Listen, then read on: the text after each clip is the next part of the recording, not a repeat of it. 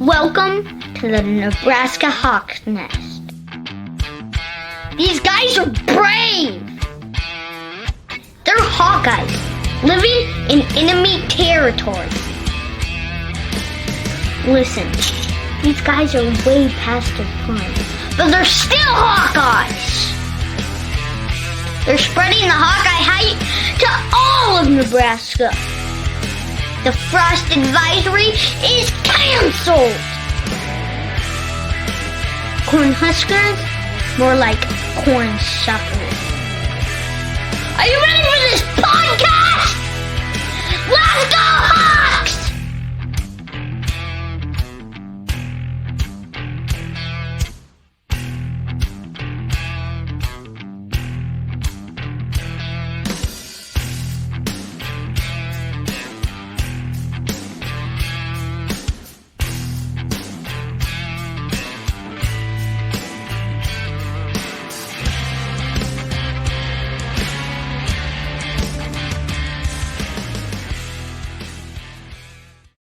All right, welcome back to the Nebraska Hawk's Nest.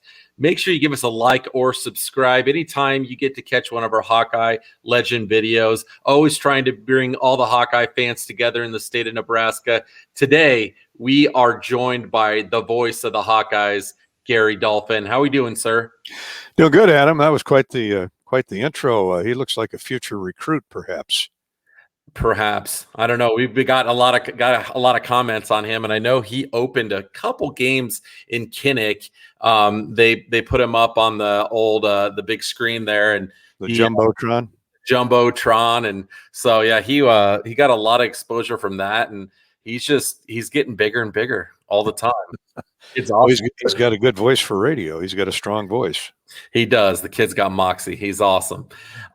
Gary, right now, there's a lot of really exciting things going on with you. We got Gary Dolphin's Iron Bar.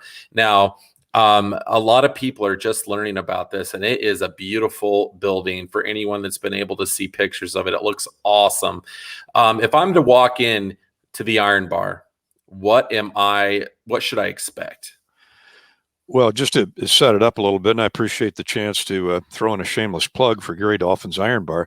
I've always been a fan of history, in particular military history, but I have a real passion too for old architecture, great old buildings. And in Dubuque, which is where I live, it's the oldest city in Iowa, 1833. You got to go back to before Iowa was even a state. Many of those buildings still stand, particularly downtown. And they have an old factory district called the Millwork District. And this is where, with the Mississippi River being a block away from this neighborhood, it's where they used to manufacture the heavy machinery. We're in an old farm implement building. It's a 140-year-old building, 1 million square feet. You can imagine that in a town the size of Dubuque. It's really a rarity. So it's called the Iron Works Building for obvious reasons. And when they would manufacture, and there's probably 8 to 10 of these buildings clustered together just off the bypass into Wisconsin. And back in the day when they would manufacture all this heavy equipment, there's a huge John Deere plant in Dubuque. They would horse and wagon these parts down to the river, and they'd ship them on old steamboats, barges up and down the Mississippi River. And so the buildings pretty well sit as they were, except they've been gutted, repurposed, and thank goodness the city fathers had the foresight to save these buildings, because at one time they talked about knocking them down for, community or business development, but they saved them. And right in the middle of the Ironworks building is Gary Dolphin's Iron Bar. And as you can imagine, I've been approached a number of times over the years about putting my name on a sports bar, primarily in Iowa City, Coralville, and in my home area up in Dubuque. And I've, pushed back. I thought, there's plenty of sports bars. I'm a humble guy from small town Cascade, Iowa. I don't need my name on a bar. But over the years, as I get closer to the end of my broadcasting career, I've been approached again by a few guys that I trust and know. And I'm guessing it was right in the middle of the pandemic, if you can imagine this, last June or July, I got a call from the new owners of this building. and they said, "Hey, we'd really like to start a classy bar and put your name on it." So I went down, I met with them, and we met, I think, upwards of 8 times. And along about last August, I finally said, "Look, guys, I don't want to waste any more of your time. If you will structure this bar to my vision, then I'll go along with it." And this got this incredible interior bar. I didn't want any flat screens. I wanted nothing to do with loud jukeboxes or 15 flat screens. I wanted an old Chicago. I worked for the Bears for 10 years, did Northwestern for 6 back in the 90s. And I've been in a lot of great Chicago saloons where you have the great blues or jazz musicians, maybe 2 or 3 at a time, playing in a little stage in a dark corner. I wanted a bar like that. And they agreed. I said, we can put a sports bar component on either side of it. Well, it just so happens that this bar has an incredible courtyard that will seat or hold 150 to 200 people. And what's unique about it, it is surrounded by all 4 brick walls. Usually when you're in a courtyard, you've got an open wall or you got an open direction somewhere. This is surrounded by incredibly thick brick walls. It's open at the top, so it has to be nice weather, of course, this time of year in order to enjoy the ambiance. But it's been very popular. So what we had a custom-made Jumbotron built to mount on the wall in that courtyard. It's 16 feet by 7.5 feet. And as you can imagine, that is one big sucker. And it's the same folks that built the Jumbotron for Kinnick Stadium built our Jumbotron. It's by Daktronics, which, as you know, is internationally known. And it's the latest LED pixels and all that. And it's been a spectacular hit. My deal is, let's give them something you don't have in the community. And we've done that. And then in case of inclement weather or winter weather, the main entry exit to the indoor bar has about a 20-foot wide hallway. We built a sports bar out in the hallway, right to the entrance to Gary Dolphin's Iron Bar. So we've got the flat screens. We've got a separate bar out in the hallway, and it's still wide enough for people to walk through it.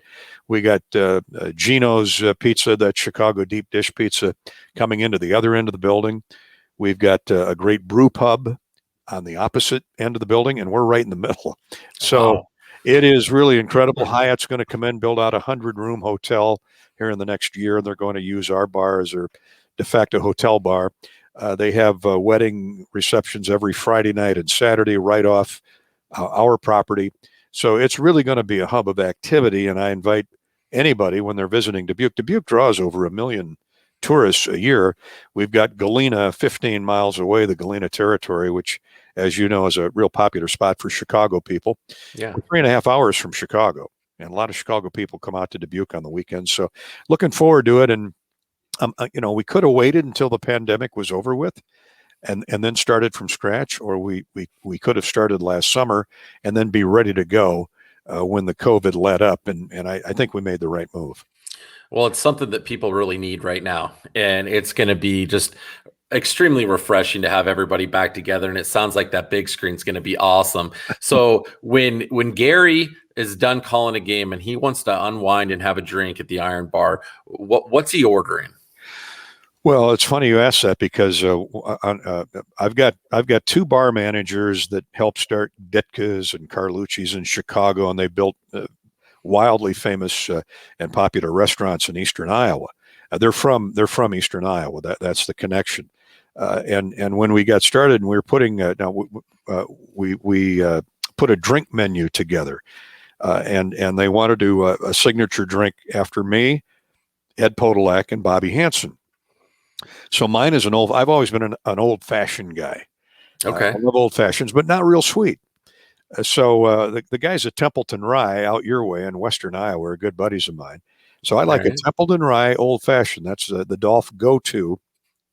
No fruit, but meshed green olives stuffed with blue cheese. All right. A titch of sweetener. Podolak's a Tito's guy. So he'll do a double Tito's with a lemon twist and tonic water. And Bobby Hansen, typical tough NBA guy, he goes a double Crown on the rocks. So we all like these sipping drinks, and that way we can visit more with guys like you, Adam. That's awesome. Well, I gotta say, I'm a very similar man to old Podolak. That's You're my a Tito's guy. Yeah, I'm a Tito's guy too. So there's Well, a few other ones out there. We hold the inner bar, the interior bar holds about 75 people comfortably. We can get another 75 out in the hallway and 150 to 200 out in the courtyard. But you can take your drink and you can move around all three rooms, because over a 40-year career, I've collected a lot of memorabilia, a lot of prints and photos and autographed signatures of great coaches and athletes. So we have those all on display. I've got Zach Johnson putting on his green jacket, signed print. I've got an original Dick Butkus watercolor, the only one of its kind, that a buddy of mine who's a great artist painted it. I ripped the cover off Sports Illustrated in 1970 because Butkus' picture was on the cover. He was staring into the camera, and it was the debut of Monday Night Football. Okay. And I went to my buddy. I said, here, he worked at the radio station with me. I said, here, I want you to paint this. I've got that framed. I've got Hayden Fry, Fran McCaffrey, Steve Alford. We've got memorabilia from all those great coaches at Iowa, some from around the country. There's Dolph's dugout. I grew up, Mickey Mantle was everything to me when I was growing up in the 60s. So naturally, I'm a big Yankee fan. They're not having a good year to this point. So we got Dolph's dugout. I'm a huge baseball guy. I grew up in Eastern Iowa. Field of Dreams is 15 minutes from my house. So I love baseball. So we have an actual dugout that we built. We got Dolph's Den, which is a private area. This is kind of a tribute to my mom and dad, because back in the 50s and 60s, long before they called them a convenience store, they ran a grocery store with a little bar, a feed scales for the farmers. It was kind of a gathering point during the week, during harvest, and on Sundays. We were always open till noon on Sundays. Everybody come in and get their Des Moines Register and cold cuts for the picnic that day. So it's kind of a tribute to them. My dad died at a real young age of a heart attack, and it's kind of a tribute to them. That's really what pushed me over the edge to do this. No, I'm really intrigued with doing a little bit of research before the interview, and you touched on that earlier with spending some time with the Bears and with Northwestern. What drew you to the University of Iowa? How did you end up becoming the voice of the Hawkeyes? I was, excuse me, I was doing broadcasting Northwestern basketball from.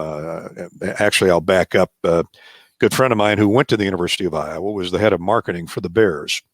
That's how I got connected with the Bears in 1989. It was the time when they went to the green hat on the sidelines, when they made an attempt to speed up the games and still get the full complement of television commercial timeouts in, which we did do. So I was in charge. I was down on the field, and every time that referee would wave his hands and punch out, as we call it, I'd start a stopwatch. Field judge would run over to me. The referee would come over, and we'd huddle up and we'd check our breaks. Everything was on schedule. And 2 minutes from the time I started the stopwatch, from that 2-minute mark, they would snap the football. So in other words, when there's 20 seconds left to go on the national TV timeout, they would get the teams to huddle up. So by the time they broke the huddle and were going to the line of scrimmage, we rejoined. Now that doesn't seem like a lot of time, but we saved approximately 20 to 30 seconds per timeout. When you multiply that by 20 timeouts, they were chopping off 10 to 12 minutes of dead air on each NFL game every Sunday. Wow. And you're sitting there thinking, well, why is that important? When that noon game kicks off, they want them done by 3 o'clock, because then they go to the West Coast game. And if they don't get there till 10 after 3 or 13 minutes after 3 in San Diego, the West Coast game has not run one commercial timeout because they're waiting for the rest of the country to join them. That costs a lot of money. Now they're running, the timeouts are backed up. And so you can see why we went to that position on the sidelines. I did that for 10 years, and I got to hang out on the sidelines with Ditka and Dave Wanstead and Dick Geron and Lovie Smith. I mean, they had some great character for players, but they also, the Bears had some great characters for coaches. During that period that Northwestern called, a buddy of mine was an associate athletic director at Northwestern, said, hey, I need a basketball play-by-play guy. I know you're in Chicago on a regular basis. So from September through January, February, I lived a lot in Chicago. And I had the best of both worlds, doing Northwestern's complement of 35 basketball games and the Bear games. And then in 1996, I was reading with interest how Iowa, one of the last great holdouts to a network affiliate or exclusive network coverage of football and basketball, had decided to take the plunge. Bob Bowlesby was the athletic director. Iowa was leaving too much money on the table. They had all these suitors coming at him, say, hey, we'll give you $1 million, we'll give you $2 million a year if you will let us exclusively own the rights to Hawkeye football and basketball. And at the time, Iowa was making or receiving about $400,000 in rights fees. They had WHO in Des Moines, WMT in Cedar Rapids, and then all these other stations that were coming in paying their rights fee. And that cumulatively would come to about $350,000, $400,000 a year. Well, if you'll remember, Jim Zabel, Bob Brooks, Ron Gonder, all these Hall of Fame broadcasters were getting up in age. And Bob Bowlesby, to his credit, couldn't fire one and keep two or fire two and keep the other one. He assumed they were all going to retire sooner than later. And that way, so therefore he kept pushing off these rights holders like Learfield, like IMG, like Westwood One. Well, how long can you stare down $600,000 that you could put in your pocket and it just goes away because you don't want to hurt any egos or feelings? So in 1996, they decided we're going to go with an exclusive rights deal. Well, they were going to keep Ed Podolak and Bobby Hansen because how many schools can say the Super Bowl champion for a football analyst and an NBA champion for a basketball analyst, and they both happen to be great at what they do, and they both happen to be former great Iowa athletes. So that was a given. But they didn't feel they could give the play-by-play job to Zabel over Brooksy over Gonder, and so they decided to hire someone new. And I full disclosure, I never applied for the job. So one day the phone rings in my office, and it's a member of the selection committee. And I should tell you, I did Iowa football for the Dubuque radio station back in the 70s, did it for 5 years. So I had some experience with the university, and they knew who I was, and I kept those friendships. That's why you never burn a bridge, Adam, because you never know who might be calling you someday. It's true. Yeah, the phone rings, and it's a member of the committee, selection committee, who I knew very well. And he said, hey, we're curious why you haven't applied for the Iowa job. And, I said, hey, Mark, I know how political that position is. I'm 45 years old. I've got a good gig going in Chicago. I'm not going to risk that just to apply for the job and then be told that Jim Zabel or Ron Gonder or Bob Brooks is going to get it. And he said, no, well, you should know that we're going to hire a brand new play-by-play announcer. Well, at that, I was all in, and I applied. And ironically, out of 60-some qualified applicants, they only interviewed two of us, me and Jim Rose, who I know Nebraska fans are very familiar with. Jim had done some Iowa games on WHO in Des Moines when Zabel was off covering basketball. Jim would do a football game, or vice versa, when we had the crossover games in November and December. So it all worked out for the best. Took me, as I tell students, it took me, how long was I into my career? 28 years. It took me 28 years to get my dream job. So you can always hope and keep plugging away and keep trying to get it. So you've been able to work with one of the most, I would say, hilarious, charismatic color guys in Ed Podolak over the years. Now, there's got to be a lot of great behind the scenes Eddie Podolak stories that you can remember working with him over the years. I mean, the guy's phenomenal. The people of Iowa just adore the guy, as they do you. Now, what is one of your favorite Ed Podolak stories that you've either told in the past or haven't told in the past that the average fan wouldn't know about? And that's hard to do, to pick one Ed Podolak story that might be your favorite. But this one's a no-brainer. I mean, this is absolute. And I mean, you can believe me when I tell you it's unrehearsed, because that's who Podolak is. He's got such a great mind. He's always thinking ahead. And as you know, when you're doing play-by-play, you're not working off a script. You cannot plan what's coming down the pike. You can prepare that much material, and maybe, as I tell people, maybe that much gets on the air, but you want to be prepared with notes and numbers. But once that game kicks off, it could go in a totally opposite direction. So it's opening day. I can't remember what year. Jake Rudock was the quarterback at Iowa. Okay. I do remember that. And the Hawks are playing Ball State. And it is a beautiful, warm 78 degrees Saturday afternoon in September. The Hawkeyes are 4 touchdown favorites over Ball State. We get midway through the fourth quarter and the Hawks are down 12. And one thing about Podolak, when you've played the game at the level he's played, he's a part of it. He still thinks he can put that crossbar face mask on that he patented with the Kansas City Chiefs, and he wants to run down on the field. He just gets fired up.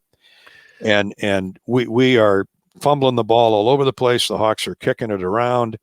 Rudock's having a terrible day. We can't run the football. It was a classic case of opening day, and okay, we're 4 touchdown favorites. You know how kids are. We'll roll the ball out there, and this team will go away. Well, Ball State gave great effort. So the Hawks go another 1, 2, 3 and on. And we're down to 5 minutes to go in the game. 1, 2, 3 punt, and it sails just across midfield. Ball State calls for a fair catch. So when we come back from the timeout, there's a little under 5 minutes to go, down 12, and it's Ball State's football. Well, you know what they're going to do? They're going to run the ball out, force Iowa to use timeouts. So it's another jammed house at Kinnick Stadium, even for Ball State. And I go, and he's taking the headset off, ready to slam him down on the top of the counter. And I quickly go to the break. This is Hawkeye football from Learfield Sports at the time. And so I take my headset off, and he takes his headset off, and we're talking, and he is livid. He just can't believe that they're giving this kind of effort, or just things just aren't going the Hawkeyes' way. So I'm thinking, okay, this guy's got a room temperature now of about 150 degrees. I got to calm him down. So I go, hey, coach, hang in there, Edward. So we still got 4.5, 5 minutes to go. He says, yeah, but we're down 12. And I look up and I see thousands of fans leaving the stadium, which is really unusual at Kinnick Stadium. I mean, they stay till the end, but they're as frustrated as we are. So we come out of the break. He puts his headset back on, and I'm just trying to steer his attention away from the game. I go, well, welcome back. It's Ball State 25, Iowa 13. Gary Dolphin, Ed Podolak. Edward, there's something you don't see every day. I'm guessing there's 7,000 or 8,000 Iowa fans that are leaving the stadium right now, headed out to the parking lot, frustrated, no doubt, to start that post-game tailgating a little early. I mean, I'm shocked by this. And unprompted, he goes, shocked? Buddy boy, if they weren't paying us, we'd have been gone a long time ago. Right on the air. Oh, that's why people love him. He's so genuine. Yeah, and now normally you're a company guy, so you're there for the school and for the product. But to say, hey, if they weren't paying us, we'd have been gone a long time ago. You can get your hand more than slapped for saying something like that at other schools. Not at Iowa, because they want a genuine broadcast, and that starts with the coaches. And Kirk Ferentz has always told us, look, if we're playing like dog doo-doo, you go ahead and tell the listening audience, because they're going to know. He said, just be fair in your analysis and don't get personal. We never get personal. If a position group is not playing well, we'll talk about the O-line's not blocking well today, or secondary's having a rough day. But we never mention kids by name, at least not intentionally. But Podolak, the fans, you and I, the university, they understand Eddie's passion for the game. And Bobby Hansen's the same way. I mean, he played 9-10 years in the NBA. Now, Bobby, he can get as fired up as Edward. He's better at muffling what he wants to say. So it's, I tell people all the time, I've got to be the most fortunate guy in the country to have a Super Bowl and an NBA champion as analysts. It doesn't happen everywhere. And, Nebraska has two of the best, Greg Sharp and Kent Pavelka are two good friends, and they have a great broadcast crew too, I know. But it's rare to have two guys like Podolak and Hansen who are wearing great big rings every day when they come to the broadcast booth. Well, I had the same high school basketball coach as Bobby Hansen did. And, back when I'm 18 years old, I think I'm a pretty damn good player. Well, he made sure to remind me, you're no Bobby Hansen on a pretty consistent basis. I know you think you are. And he goes, Bobby Hansen's the best player I've ever coached, not you. And I'm like, ooh, all right. As he's Yeah. trying to motivate me. He punched you right in the nose with that one, didn't he? And he was right. He was Bobby right. also had a much better Beetle floppy haircut than you and I. Yeah. Back when he played, and he was a great high school player at Dowling, and so yeah, he's the best. I mean, I'm very blessed, very fortunate, Adam. Yeah, they are fantastic. So tying back to those two gentlemen, you're able to call one game with anybody doing color commentary with you, but you can't choose Ed Podolak or Bobby Hansen. Who would be the one guy that you haven't worked with yet that you would really jump at the chance to get on air with? Oh, that's one I've never been asked before. That's a good one. Well, I admire. You're talking about an analyst, right? Yeah. I admire a lot of. I grew up small town Iowa, and my mom and dad gave me a little spin dial RCA transistor radio when I was 8 years old for Christmas one year, and that's how I fell in love with radio in particular and baseball in general. But most of my heroes, were play-by-play guys, but I've admired a lot of analysts down through the years. I don't know if I could give you there were so many trailblazers that when TV became, what it is, ultimately into what it is today, it was television that really caught the nation's attention. Radio had been around since the 1920s. But give me a minute to think about that one. I'll come up with a couple names. Okay. All right. They might be professional, they might be collegiate, but or even play-by-play. Like if it's another guy that does play-by-play that you're like, I'd love to co-call a game with him. That's easy. Dick Enberg, who was a great announcer, NBC, did the Angels for a lot of years, called the infamous UCLA Notre Dame basketball game. He did UCLA games when UCLA when Notre Dame ended UCLA's 87-game win streak back in the 70s. A lot of great baseball announcers that I've tried to pattern my delivery style afterwards. Merle Harmon was with the Twins and the Brewers for a lot of years. Bob Prince with the Pittsburgh Pirates. I found it amazing. I can lay in bed at night, 8, 9 years old, getting ready for a Little League game the next day, and this little transistor radio brought me WJR in Detroit, where the great Ernie Harwell was doing play-by-play. And then I could go a little further down the dial and pick up Jack Buck at KMOX in St. Louis. And, in those days, there wasn't a major league franchise west of the Mississippi River. People forget that. Minnesota had been the latest, and that's where Merle Harmon was. You always had Jack Buck and Bob Elson in Chicago. But I love those Major League Baseball play-by-play announcers. If I were to, right off the top of Dick, I mentioned Dick Enberg. Dick Stockton just retired a couple of weeks ago. Concise, clear, didn't overspeak for all those years. Dick's pushing 80 years old. Really one of the great football announcers. But maybe my all-time favorite. When you're too young. But I'm old enough to remember when on New Year's morning, when you're watching the Rose Parade or you're watching the Cotton Bowl Parade, there were only 4 or 5 games on television the entire holiday season, and they all occurred on New Year's Day. And the first one out of the gate was the Cotton Bowl with Lindsey Nelson. Lindsey Nelson was the play-by-play. He did Notre Dame football for a lot of years, but he always did the Cotton Bowl, and he did the New York Mets play-by-play. How's that for a gig? Wow. The Mets, Notre Dame, and the Cotton Bowl.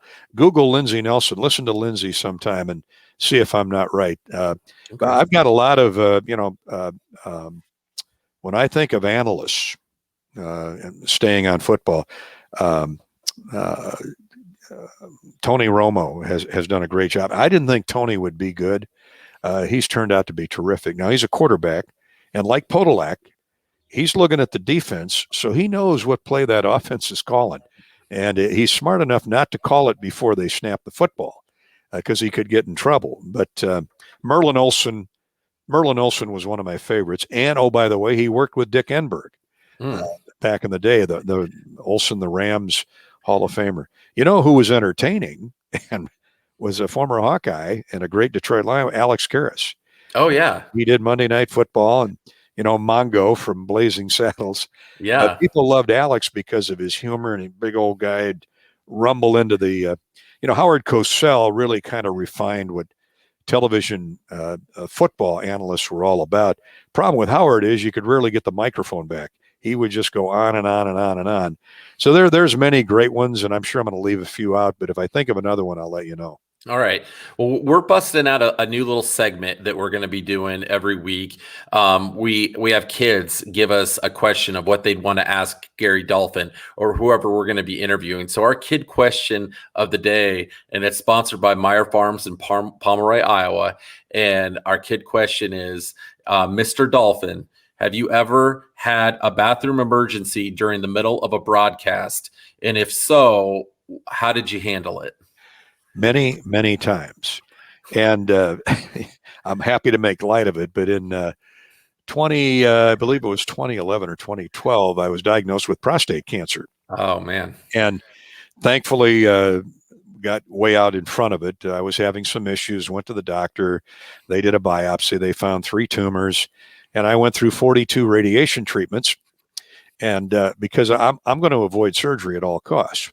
Well, you have 2 options. You either have the prostate removed, or if it's not terribly infected, you can catch it with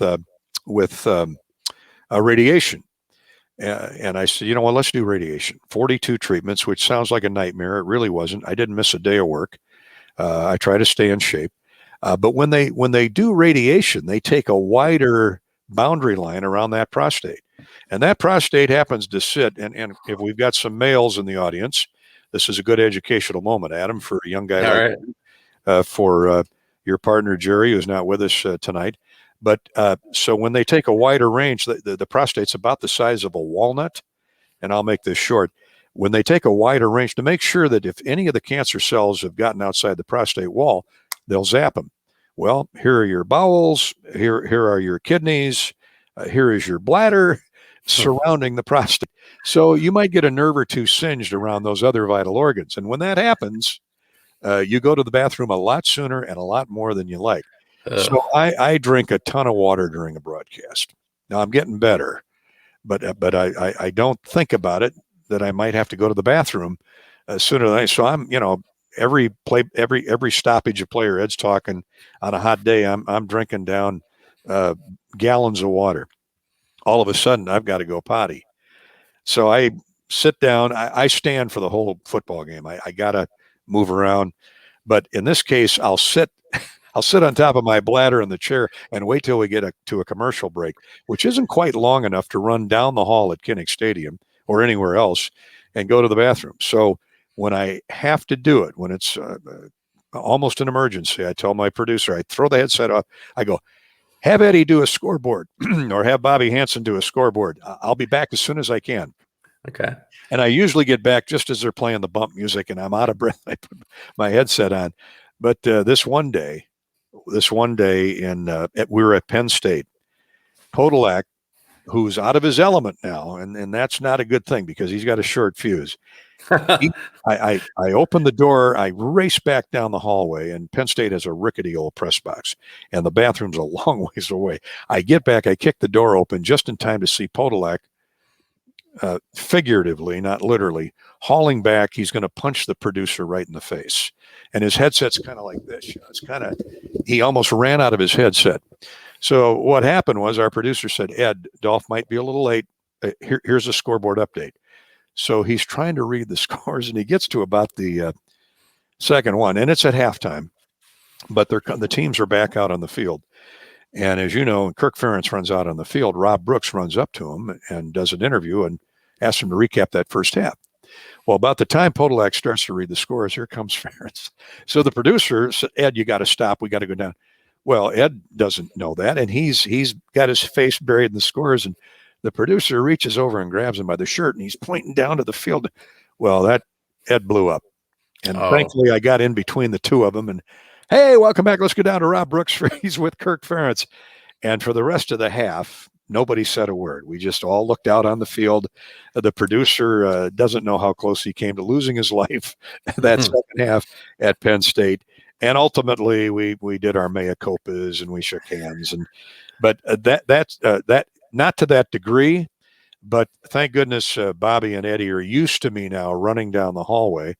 Except Podolak had his prostate removed a few years ago because of cancer. And so he's got the same problem I have now. So every now and then, if you don't hear Ed for a stretch, you'll know why. So there's a little broadcast secret I'm letting out to the world, Adam. But he and I are getting older, and we are getting smarter, I think. All right. Well, hey, you really nailed the kid question of the day. I don't think you left no stone unturned on that one. You didn't think you were going to get a medical lesson here, did you? But hey, guys, if you're over 40, have that prostate. It's a simple test, simple blood test. And please get it checked out. That's really good advice. One thing that we need to ask you about, and I don't know, this might be kind of hard for you. You may not have been asked this one either, but you got to use your imagination here. You only get to call one of the two games. Iowa basketball makes it to the Final Four, their first game, or Iowa football makes it to the college football playoff. You got to pick which one to be at. Which one's it going to be, Gary? Oh, my. Well, thankfully, the college football playoff championship game, I assume you're talking about, and Final Four are months apart. So yes. You don't have to, I can fantasize here a little bit, but so I hope to be able to do both someday. Man, I don't know that I can call that one. I mean, I played basketball. I wasn't good enough or tough enough to play football. I love both sports from a play-by-play perspective because of the different pace of play. They're equally difficult to do, but with football, you got 20 seconds in between plays to kind of recap what happened and set up what you think is coming on 3rd and 2 or 2nd and 8. Basketball. Because I've been asked this a lot. Which would you rather do, football or basketball? And honestly, I love them both equally. I love the fast pace of basketball because you might make 3 or 4 trips up and down the floor without a whistle. Now that is detrimental to Bobby Hansen because I can't get him on. I know I can get Podolak on after every play. Now it's getting harder to do in these throw it all over the ball yard, no huddle offenses that we see in college football on Saturday afternoon. Gosh, I'd give you a diplomatic answer like this, Adam. Football starts first in September. Okay. And I've always been a believer in that you stay with the sport you started with until the season is over. So I'd have to say it would be the championship game in football. And years ago, we didn't have to worry about football and basketball overlapping. Yeah. I remember the day when Iowa didn't start playing basketball till mid-December. So, hey, it's not my fault that I would have to do the football championship game over a Final Four game. But I would, as a caveat, say that I would demand that the University of Iowa have me a 40-seat twin-engine Falcon jet ready to leave wherever Iowa's playing football to get me to that Final Four game in time, okay? Even if it was the same day. I'd petition the NCAA to move the football game to noon and leave the basketball game at 9 o'clock Eastern. That way I could get to both. That's probably the greatest answer of all time. That was awesome. That was great. I don't want to upset Kirk or Fran McCaffrey. I totally get it, man. You're a company man. You got to play both sides, and I totally get that. You love them both. It's like choosing between one of your kids. You can't do it. I understand that. With your years of broadcasting and interviewing tons of different people, you every game day, Iowa fans, you're in their homes, you're in their car, and you get to the point over the years where you're like our friend, a part of the family, just somebody that we feel so familiar with. When we see you, we're like, hey, it's Gary, I know him. You don't know all of us, but we feel like we know you so well. That's the idea. That's radio. That's what radio is all about. What is something you could tell Hawkeye fans out there about our friend Gary Dolphin, voice of the Hawkeyes, that we might not know about? I'm pigeon-toed. Pigeon-toed. All right. My feet point in. Now, they always said great basketball players are pigeon-toed. Gail Goodrich, UCLA. Okay. I wasn't that good, but I love playing the game. Pigeon toed. Let's see what else. What else can I tell you that you wouldn't know about me? Like an odd food or just something you like to do in your spare time that you're like, yeah, people really probably don't know that. Well, I don't know about the oddity of it, but I mentioned at the top of the show, Adam, that I love history. And I will say this, it's not that we don't teach history and geography in school, but we don't teach it either succinctly enough. Kids don't know where this small town Iowa is. You need to know where you came from. So I'd like to see a more of an emphasis on history, military history. As the generations move on, a lot of kids don't know about the North versus the South. They don't know about the Civil War. They don't know what was the genesis of some of the issues we have today in society with racism and such. Not a lot of people know that I am if I wouldn't have been a play-by-play announcer, I'd have been a history teacher. I guess that's where I'm going with this. Okay. Every year, my escape after basketball is over because, from August when fall football camp starts until hopefully April Fool's Day when the Hawks make a deep run in the NCAA tournament, every weekend, all week long, we're nonstop. We're working, and I'm not complaining. Don't get me wrong; it's a great job to have. But as soon as spring football is over, my great escape is my buddy and I have a passion for history, military history, in particular Civil War history. Okay. We have been to every major theater in the country where the Civil War is concerned. We've been to Gettysburg a number of times. We've been to Antietam, Shiloh in Tennessee, Vicksburg in Mississippi. We've been to every major battle theater in the country, and we've learned so much about how this country could easily be two countries today, the United States North and the United States South. Thankfully, it's not. So that's something that a lot of people don't know. We'll just jump in the truck and the SUV, my buddy and I, and we'll head out for 2 weeks. And on the 150th anniversary of the Civil War, 5-10 years ago, we drove out to Little Bighorn. I've always wanted to see where Custer's last stand was. We've been to, and then we swung down through Yellowstone. I mean, it's an incredible country that we live in with all the problems. There's no more country there's no country with more beauty, natural parks, natural terrain than the United States of America. And I'm a big fan of our country, obviously, but I had a trip scheduled to Normandy last year. It was a tour of Paris and France. And I said, I ain't going unless you add in Normandy and D-Day, because I've always wanted to get to Normandy. We were all set up. It was going to be a 12, 13-day trip last July. Then COVID hit and punched me right in the face. So we hope to put that trip back together. Might be some time, but you got to know where you came from. That's something I'm passionate about, whether it's architecture or whether it's how this country was built into the great country that it is today. I couldn't have said it better myself. You can't really know where you're from, know where you are if you don't know where you're from. And knowing your history and the country's history is just the most interesting stuff there possibly is. And, having a great history teacher through middle school, high school, and in college is just so valuable to be able to teach those things. We need to ask you before we let you go, Gary. I was recently able to I did a radio show. I was invited on air with Tommy Frazier, former Heisman Trophy winner at the University of Nebraska. Phenomenal player. He's been really dabbling a lot in the radio, and they were doing a Heroes game analysis for spring football. And so they wanted to have people from, the Hawkeye side of things, and they're having former Huskers on. And so I thought it was pretty cool. They invited me to come on, and I'm probably the biggest Hawkeye fan in the state of Nebraska. And I'm one of them. There's a lot of good ones out there. But they seem to think that they're going to have the Hawkeyes number this year. This is going to be the year they're going to break the streak and take the Hawks down. Now, whether you like it or not, we consider you an Iowa football expert with all your years of experience and being as close to the program as you are. What do you see for the Hawkeye football program this year? And what type of record do you feel like we're going to end up with this season?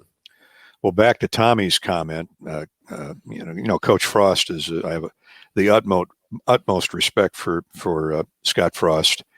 And, at some point, the Huskers are going to get it turned. And by turned, I mean, I'm not talking about national championships. I know Scott, and, I've known Eric Shenander from his playing days at Iowa, the Shenander family from North Iowa, great people. And Eric's a heck of a defensive coordinator. And we saw flashes last year with the Penn State game, most notably, where Nebraska guys are starting to figure it out, whether it's the system, whether it's getting enough good players. So Husker fans just need to be patient.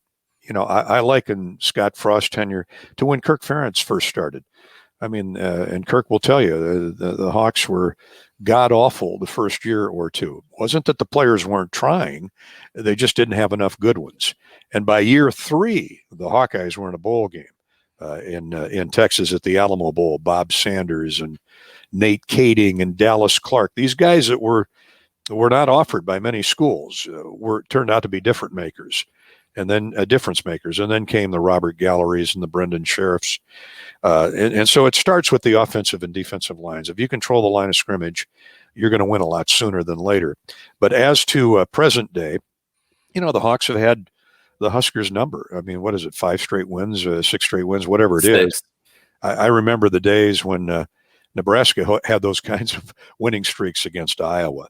Now, I hope the worm doesn't turn. And Iowa's going to be good again this year. And here's why. Spencer Petras now has a year under his belt. He's now had his first spring training session, which ends later this week, as a starting quarterback. And he has looked really good. With Iowa, it always starts with the offensive line and the defensive front, in particular the offensive line, because as you know, over the years, the Hawks are known for all of the great O-linemen that ultimately move on to the National Football League. And so we got some holes. There's some vacancies there now. Alaric Jackson, the left tackle, left a year early. Actually could have come back. He was a senior. Cole Banwert, a longtime starting guard, is gone. Mark Kallenberger, who they were nominating, who they were anointing as the heir apparent at either tackle or guard, decided football wasn't fun anymore. Mm-hmm. And the great All-Stater from Bettendorf decided to quit football. So we wish Mark all the best. But they do have Tyler Linderbaum back, and he's one of the top 2 or 3 centers in college football. They've got 2 kids, Jack Plum and Cody Ince, who are the heir apparents at tackle. Now, Ince had some corrective surgery done. He's not practicing this spring. That will set him back, but he's talented enough to get there. You start with your tackles, and then you move inside to your guards, and I think the Hawks will be solid there. Kyler Schott, who started off and on last year, is back at 1 guard. Justin Britt, a kid who can play center as well, kid out of Ohio, immense talent. Reminds me a lot of James Daniels. He's long arms, lanky kid. As soon as the Hawks offered him 2-3 years ago, the Buckeyes threw an offer on the table and for the Ohio native, and he said, "Nope, I'm going to keep my commitment to Kirk Ferentz." Always love to hear that. Yeah, especially where Ohio State or Michigan are involved. And so they've got solid, capable backups, but they're all freshmen and redshirt freshmen.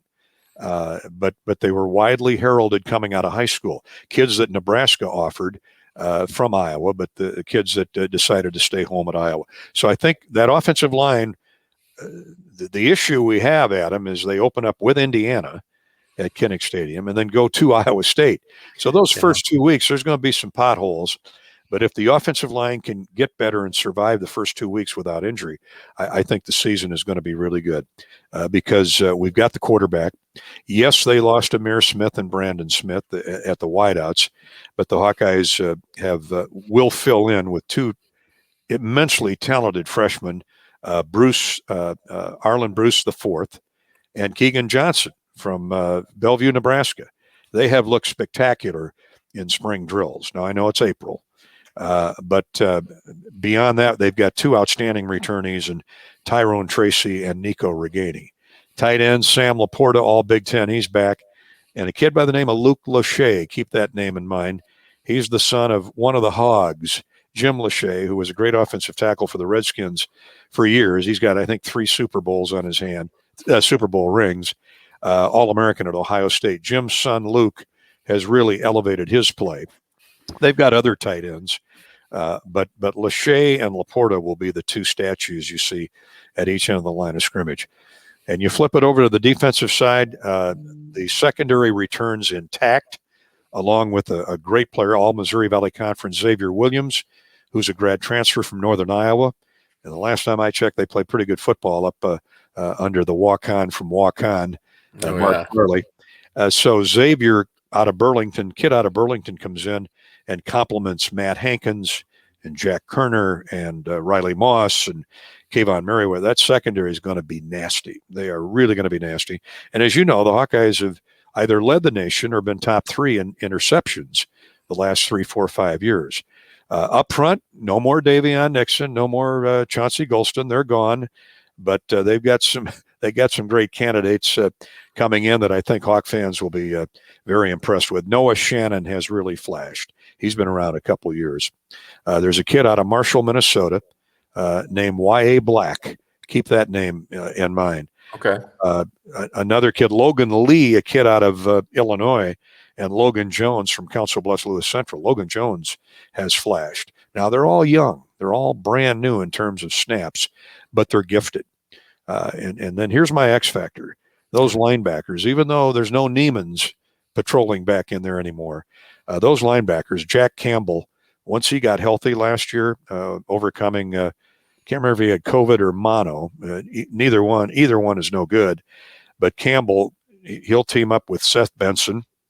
They both played a lot last year. They're spectacular tackles, big and physical. And then the kid that I think might be the newcomer of the year on that defense, a kid by the name of Justin Jacobs, another kid out of the Buckeye State, out of Ohio.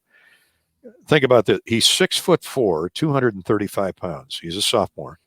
And he's got as good a closing speed as I've seen in a long time at Iowa. He's that next great linebacker at Iowa, like a Chad Greenway. I'm not saying he's Chad Greenway.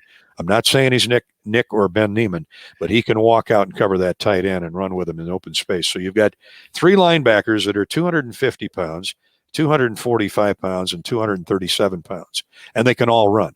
So I think the defense will be fine. And in the end, Adam, I will remind Hawk fans, when you got the best punter in the Big Ten, maybe in Torrey Taylor, and you've got Caleb Shudak back to kick 50-yard field goals, field position ain't going to be a problem for the Hawkeyes. So even if they stumble or have to punt the ball away, Taylor was the find of the year, in my view, on the Iowa football team.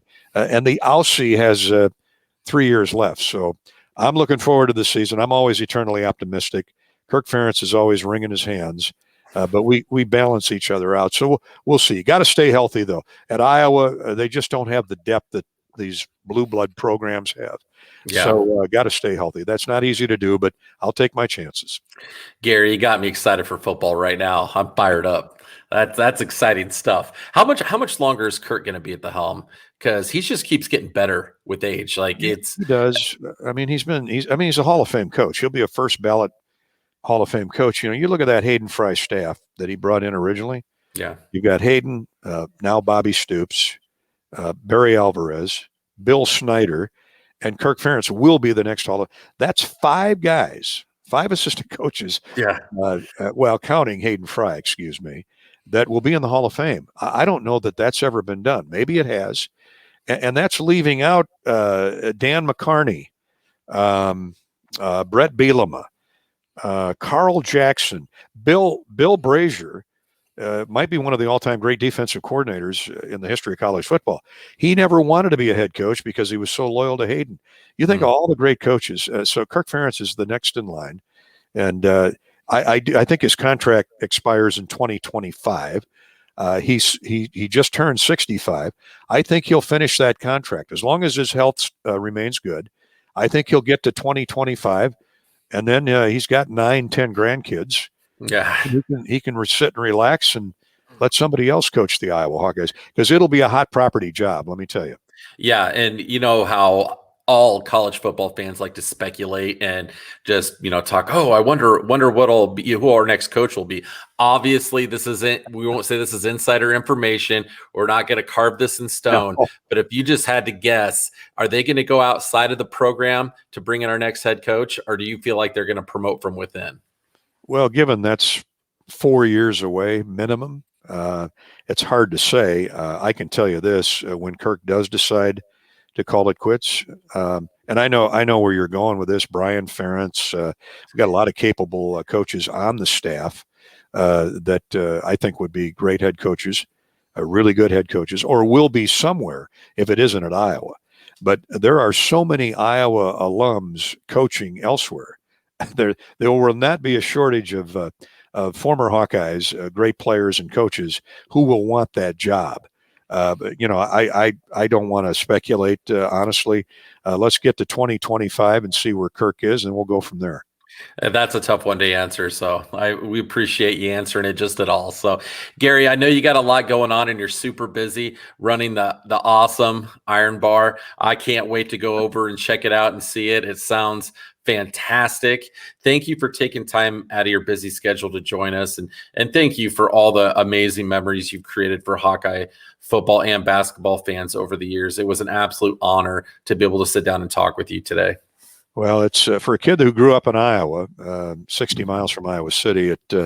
It's a dream come true that I'm sitting in that chair. We'll do it a few more years, and then that next great upcoming play-by-play announcer will be ready to occupy that spot. And thanks for having me on, Adam, anytime. And the first one at the Iron Bar is on me, so just let me know when you're coming, okay?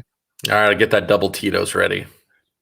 Eddie will be proud of you. All right. Maybe I'll get Eddie there to come that night when you're having your that would be Iron Bar, right? That would be fantastic. I couldn't ask for more. All right, Gary, have a great night, and it was great talking to you. You too. Take care. Thanks for having me. All right, go Hawks. Go Hawks.